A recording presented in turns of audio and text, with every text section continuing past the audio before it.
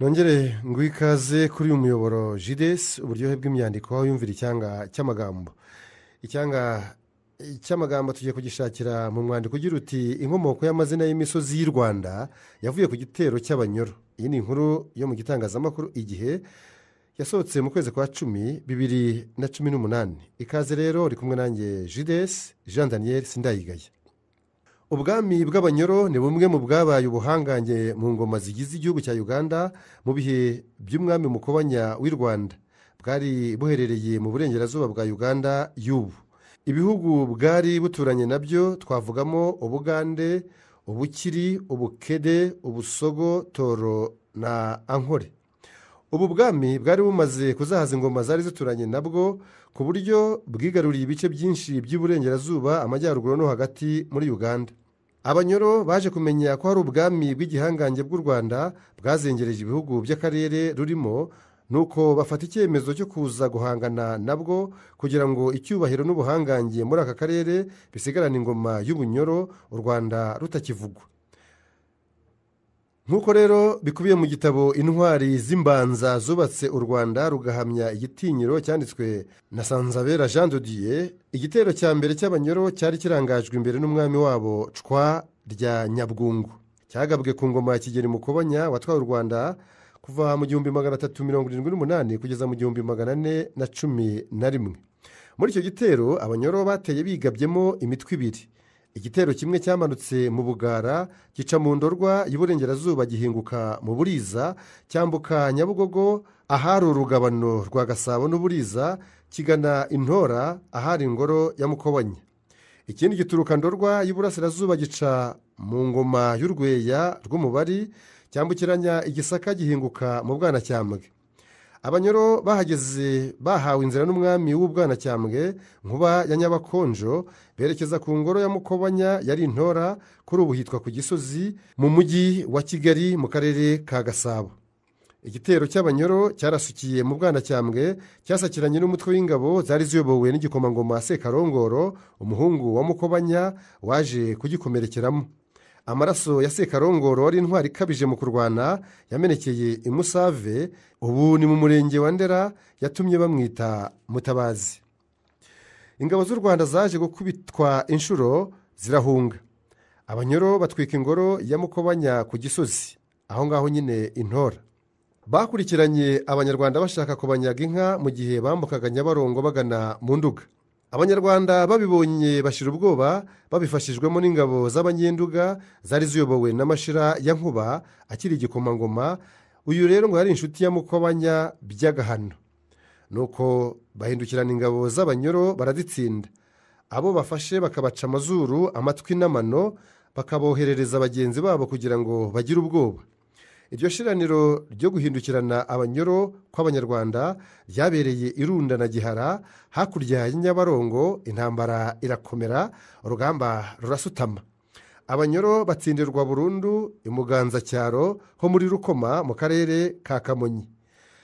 Babamanukana bagaruka mu Bwanacyambwe hapfira abatagira ingano. Umutabazi watabaye Bucengeri wamennye amaraso kugira ngo u Rwanda rutsinde Abanyoro ni Forongo mwene Sekarongoro, umwuzukuru wa Mukobanya.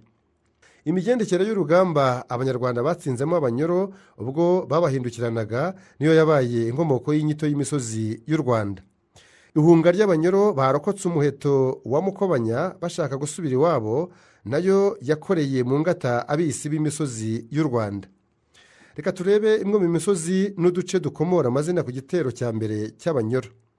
Hari Nyamirambo, ni umwe mu mirenge igize akarere ka Nyarugenge ho mu mujyi wa Kigali. Ni hamwe mu misozi yapfiriyemo Abanyoro batagira ingano, cyane cyane mu bice bikikije umusozi wa Kigali kuri stade ya Kigali i Nyamirambo. Ubu ni stade yitiriwe igihangange Pele, Kigali Pele Stadium, ndetse hakaba no ku musigiti w'Abayisilamu no mu gace bakunze kwita Kuryanyuma. Bitewe n'Abanyoro benshi bahaguye, babuze gishyingura, maze abashumba baragiye inka bakagira batya bakabona umurambo w'umuntu. Abahinzi bajya gutema ibihuru ngo bahinge bagasangamo umurambo w'umunyoro washangutse. Abahigi batamitse umuheto, impigi zabo zikabazanira imirambo y'Abanyoro. Ibyo byatumye ababibonye batanga ibyo byatumye ababibonye batangarira ibyo barimo kubona, niko kugira bati aha si ahantu ho kubabwa n'abantu ni ah'imirambo.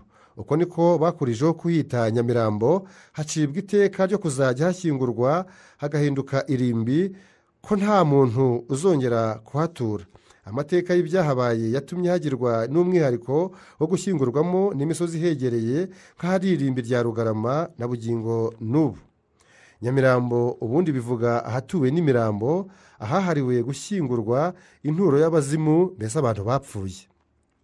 hari ak'umunigo, ni kamwe mu tugari tugize umurenge wa Rwezamenyo mu karere ka Nyarugenge ho mu mujyi wa Kigali. hakura inyito ku banyoro bahanigiwe, abandi bagacibwa amazuru n'amano. imirwano y'abanyoro n'abanyarwanda yageze n'aho ikomera, ibikoresho by'intambara birabashirana, bakoresha imbaraga n'ubuhanga bigiye mu myitozo njyarugamba yo mu itorero. ingabo za Mukobanya zarimo ibidafungura n'abatsindiye ingoma, zari zikabije kugira ubuhanga mu myitozo njyarugamba no kurwanisha amaboko mu gihe ibikoresho bigushiranye kandi ugomba kwagiriza umwanzi. zahisemo kujya zitsimba, abanyoro barokotse umwambi w'abanyarwanda bakagwa mu gico bakabaniga. kubera abanyoro benshi bahanigiwe, niko rero kuhita ak'umunigo. muri make ak'umunigo bivuga agasozi kanigiweho abantu. hari Gatsata, ni umwe mu mirenge igize akarere ka Gasabo ho mu mujyi wa Kigali. ikomora iryo zina ku nkirirahato abarokotse ku bw'amahirwe. inkirirahato z'abanyoro zahanyuze zihunga umuheto wa Mukobanya n'umuhungu we Sekarongoro, zishaka n'inzira zisubiza iwabo.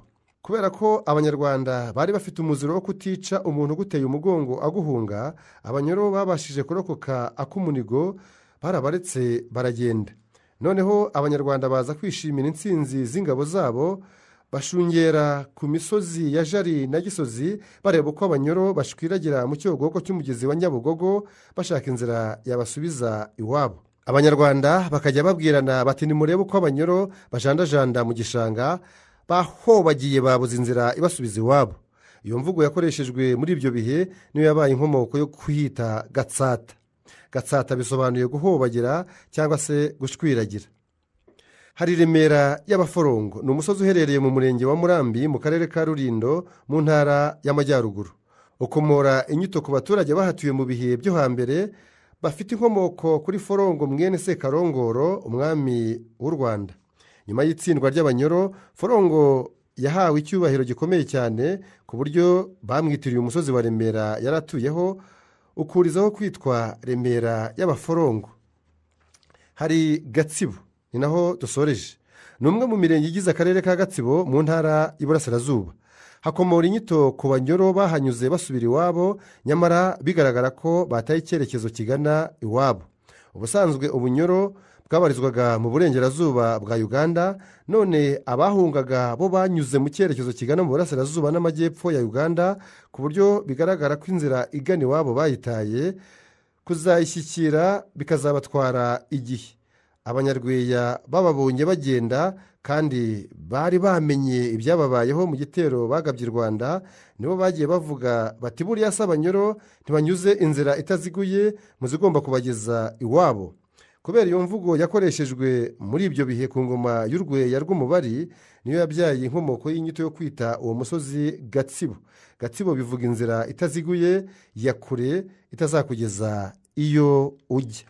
nongereye mbibutse ko twumvaga icyanga cy'amagambo gikubiye mu mwandiko ufite umutwe ugira uti inkomoko y'amazina y'imisozi y'u Rwanda yavuye ku gitero cy'abanyoro. bikubiye mu nkuru yo mu gitangazamakuru Igihe, inkuru yasohotse mu kwezi kwa 10 muri 2018. ese mbisabira iki? reka mbasabe gukora subscribe, like, share na comment. iki cyanga cy'inkomoko y'amazina y'imisozi y'u Rwanda yavuye ku gitero cy'abanyoro kigere kuri benshi. naho ubutaha, ciao ciao.